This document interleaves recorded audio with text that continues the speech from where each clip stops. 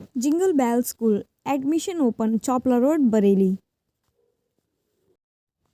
नमस्कार, आप देख रहे हैं भारतवन न्यूज़, एक भारत एक आवाज़। आइए देखते हैं संवाददाता उमेश सिंह राणा की यह रिपोर्ट। सी मैप में किसान गोष्ठी। समीपवर्ती पंतनगर स्थित सी मैप अनुसंधान केंद्र में 2 दिवसीय किसान गोष्ठी का आयोजन किया गया, जिसमें दूर दराज से तमाम किसान शामिल हुए। इस अवसर पर मुख्य अतिथि के रूप में बोलते हुए पंतनगर विश्वविद्यालय के कुलपति डॉक्टर तेज प्रताप सिंह ने कहा कि वर्तमान परिप्रेक्ष्य में किसानों व वैज्ञानिकों के रिश्ते बेहद जरूरी हैं। उन्होंने किसानों को मृदा परीक्षण, सही बीजों का चयन तथा फसल की लागत कम करने के उपायों के बारे में विस्तार से प्रकाश डाला। साथ ही उन्होंने किसानों को बीज से रोपाई के आधुनिक तरीके अपनाने पर बल दिया। कुलपति डॉक्टर सिंह ने कहा कि किसान को खेती की नई तकनीक अपनानी पड़ेगी। इसके लिए क्षेत्र के हिसाब से फसलें उगाएं, फसल उत्पादक समूह बनाएं। उन्होंने कहा सरकार किसानों के लिए कल्याणकारी योजनाएं चला रही है, जिससे लाभ उठाकर किसान अपनी आय कई गुना बढ़ा सकते हैं। वहीं गोष्ठी को संबोधित करते हुए डायरेक्टर डॉक्टर प्रबोध कुमार त्रिवेदी ने खेती उत्पादन एवं किसानों की समस्याओं पर व्यापक चर्चा कर कई उपाय सुझाए। उन्होंने फसल की स्थिति, रख रखाव एवं संभावित उपाय के बारे में गोष्ठी में मौजूद किसानों से जानकारी भी ली। इस क्रम में खेती, सिंचाई, खाद एवं दवाओं के बारे में भी बताया गया। इस दौरान सी मैप अनुसंधान के डॉक्टर प्रभारी डॉक्टर अर्सी पलडिया ने सरकार द्वारा किसानों के हित में चलाई जा रही विभिन्न कल्याणकारी योजनाओं के बारे में बताते हुए किसानों को इन योजनाओं से जुड़ने के लिए प्रेरित किया। बाइट डॉक्टर तेज प्रताप सिंह, कुलपति कृषि विश्वविद्यालय Pantnagar. Bite doctor Prabodh Kumar Trivedi, director. के लिए अगर कोई नया तरीका है वो है ये जो दूसरी फसलें जिससे पैसा अच्छा मिलता है, पैसा फलों से मिलता है, पैसा सब्जी से मिलता है, वो किसानों को लगभग आता है। उसके लिए वो विश्वविद्यालय में काम हो रहा है। हम दूसरे इंस्टीट्यूशन है, लेकिन ये सी मैप एक ऐसा इंस्टीट्यूशन है, भारत सरकार ने अगर यहाँ खोला है, यहाँ के किसानों उसको पूरा फायदा उठा। मैं एक आपको उदाहरण देता हूँ। अभी एक किसान है, ये पिछले साल आया था रामकिशोर वर्मा, यहीं पर। ये हमें उदाहरण क्रिएट करना है। मैंने अपने हाथ से इसको 1 किलो बीज दिया था इसी स्टेज से, और आज ये इसने अपनी फर्म बना ली है। ये डायरी भी बना दी। बोला जी मैंने 1 लाख से 4.5 लाख, 1 किलो से 4.5 लाख रुपए कमाया और अपनी फर्म ही बना दी। और वैज्ञानिक उसके खेत में जाके इसको तकनीक सिखाया, सब कुछ किया। ये जरूरत है। मैं किसानों से भी कहता हूँ आने वाली खेती आप अपनी मर्जी से नहीं कर सकते, चाहे वो पहाड़ी किसान हो, चाहे प्लेन का, जिनके पास छोटी ज़मीन है। ऐसा नहीं है कि छोटी ज़मीन से आप पैसा नहीं कमा सकते। अगर आपको सही फसल चुननी आ जाए, ये देखना पड़ता है पहले कि मेरे पास इतनी ज़मीन है तो अच्छी पैसा देने वाली कौन सी फसल है, उसके लिए फिर तकनीकी तौर तरीके आपको यहाँ से सीखने पड़ेंगे। वो वैसे ही नहीं है कि बीज लिया और वो हो गया। ये बड़ा ज़रूरी है और ये भविष्य है। मैं कहूँ कृषि का काफ़ी हद तक भविष्य। और ये चीज़ें हम ऐसा भी नहीं कि फालतू की चीज़ें हैं, इनसे क्या करना। सुगंधित फसलें जैसे हैं, भाई भारत में, हमारे देश में बाहर से खरीदा जाता है वो सब कुछ। जब अपने लोग ग्रो करेंगे तो हम तो इनफैक्ट वो एक्सपोर्ट भी कर सकते हो, तो बात की बात है। पहले तो यहाँ की डिमांड पूरी करने के लिए तो भविष्य उज्ज्वल है। ऐसा भी नहीं कि इसमें ज़्यादा होगा। और ये एरियाज भी होते हैं इसके, खासकर जहाँ पर बहुत अच्छा होगा वहीं पर ग्रो करना है ये। तो किसानों के लिए वैज्ञानिकों के साथ मिलकर इन फसलों में एक भविष्य में देख रहा हूँ। आपने कोरोना की बात भी नहीं रोक सकते, क्योंकि खेत तो इंतजार नहीं कर सकते, वक्त है। तो बड़ा अच्छा लग रहा है, लोग ऐसे टाइम पे भी अपना हिम्मत से यहाँ आए हुए हैं। तो आप आए हुए किसान, मैं तो किसानों को जैसा सुना यही संदेश दे रहा हूँ कि अगर कोई आज के दिन में सब्जियां भी उगा रहा है, उसको भी बदलाव की बात सोचनी चाहिए। ये जो सुगंधित फसलें हैं, मेंथा है, जर्मेनियम है, इनके पास और कई हैं। आप 4 फसलें लेके ये देखें आपके खेत में कौन सी सबसे अच्छी होती है, इसका ध्यान जरूर रखना होता है। ये नहीं जो बताया वो ही करना है। उसमें फिर तकनीकी तौर तरीके भी सीखें और मार्केटिंग के भी तरीके सीखें। ये एक भविष्य है किसानों का, इसमें ज़रूर ट्राई करना चाहिए।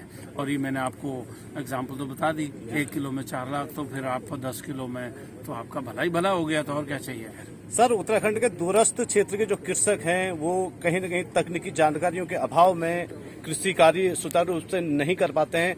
ऐसे में उन लोगों को क्या करना चाहिए और आप अपने सुधामय वाणिज्य की धार। ये बात आपने ठीक कही कि दूर दराज के इलाके हैं, दूर दराज के इलाके में ना कई किसानों में नजदीक में भी है, अरे हमें खेती खुद आती है, हमें क्यों किसी से पूछना है। मैं यही बात कर रहा था कि ये जो माइंडसेट हमारी सोच है ना कि नहीं खेती तो हमें वैसा ही आती है। भविष्य की खेती अगर किसान ये सोचे कि बिना पूछे, जैसे गेहूं वाले भी हैं, अगर उसको हम वैरायटी ना दें या अगर उसके बारे में वो सीखेगा नहीं या धान की कोई नहीं आएगी तो वो उसकी अच्छी पैदावार नहीं हो सकती या उसको मार्केटिंग में प्रॉब्लम हो सकती है। अगर फसलें नहीं हैं उसके लिए तो देखिए बहुत ज़रूरी है। हाँ, ये बात आपने ठीक है। हम क्या करते हैं, देखिए विश्वविद्यालय या सीम पे आपने एक चीज़ देखी होगी, अगर किसानों के बाद किसी आदमी से आप आराम से मिल सकते हैं आम आदमियों के लिए, तो किसी अफसर से नहीं मिल सकते, किसान साइंटिस्ट से, वैज्ञानिक से मिल सकते हैं। वैज्ञानिक कभी भी अफसरों की तरह व्यवहार नहीं, उनका एक ही होता है, अरे यार कोई किसान टकरता उसको, कृषि वैज्ञानिकों की मैं बताता हूँ इनकी, अरे यार कोई किसान टकरता किसी का भला करता तो मेरे को बड़ा मजा आता है।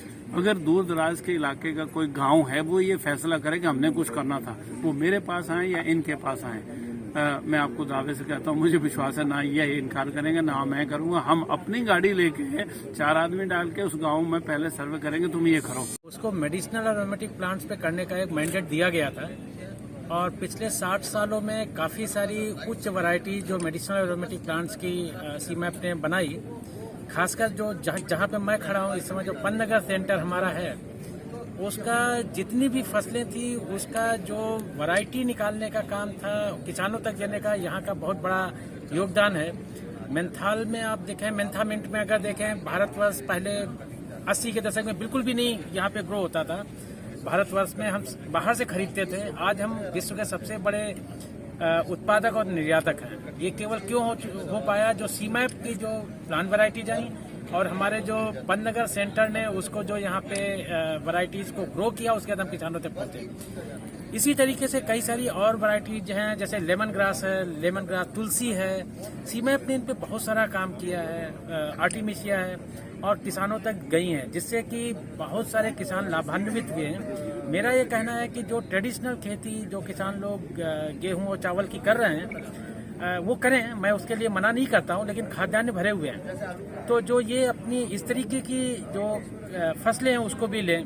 कोविड काल में आपने देखा होगा किस तरीके से इन फसलों की जो मांग बढ़ी है और लोग फिर से जो हमारा ट्रेडिशनल मेडिसिन सिस्टम था उसमें गिलोय हो, तुलसी हो, अश्वगंधा हो, सब लोगों ने उसको अडॉप्ट करना चालू किया है। तो इनकी डिमांड काफ़ी बढ़ रही है।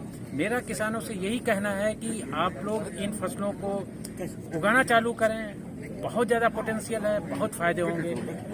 जहाँ तक कोविड की बात है, हम लोग इस बार पूरा मेला नहीं कर पाए क्योंकि हर जगह के रिस्ट्रिक्शंस होते हैं, करना भी नहीं चाहिए, लेकिन हम किसानों के साथ अपना कनेक्ट नहीं छोड़ सकते थे।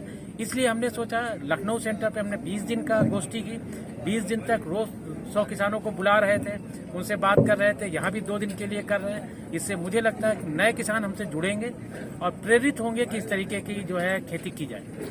सर, जानना चाहेंगे। हाँ, देखिए यहाँ पे आज मैं सुबह पूरे अपने जो सेंटर है उस पर चक्कर लगा रहा था। यहाँ पे देखें तो लेमन ग्रास, मेंथा, वेटिवर, हर अश्वगंधा, सारी क्रॉप्स ये लगी हुई थी। इसका मतलब यहाँ पे पन्नगर के आसपास और हमारा एक सेंटर पुरारा में जहाँ मैं कल जाऊँगा, तो वहाँ भी जैसे रोज भी वहाँ पे काफ़ी अच्छा होता है, जेरेनियम यहाँ पे काफ़ी अच्छा हो सकता है, पचौली है। तो ये सब जो क्रॉप्स हैं जो कि हाई वैल्यू क्रॉप्स भी हैं, इंडिया में हम बहुत कुछ बाहर से मंगाते हैं उसका। जैसे आप अगर देखें, ये जेरेनियम है जो हमारी डिमांड है इंडिया की, उसका 10% हम केवल प्रोड्यूस करते हैं, वो इस एरिया में बहुत सारी हो सकती है। तो इस तरीके की अगर क्रॉप्स लेंगे तो किसान तो लाभान्वित होंगे ही होंगे, हमारा देश उसमें आत्मनिर्भर जरूर बनेगा। ठीक है सर, धन्यवाद। धन्यवाद भाई साहब।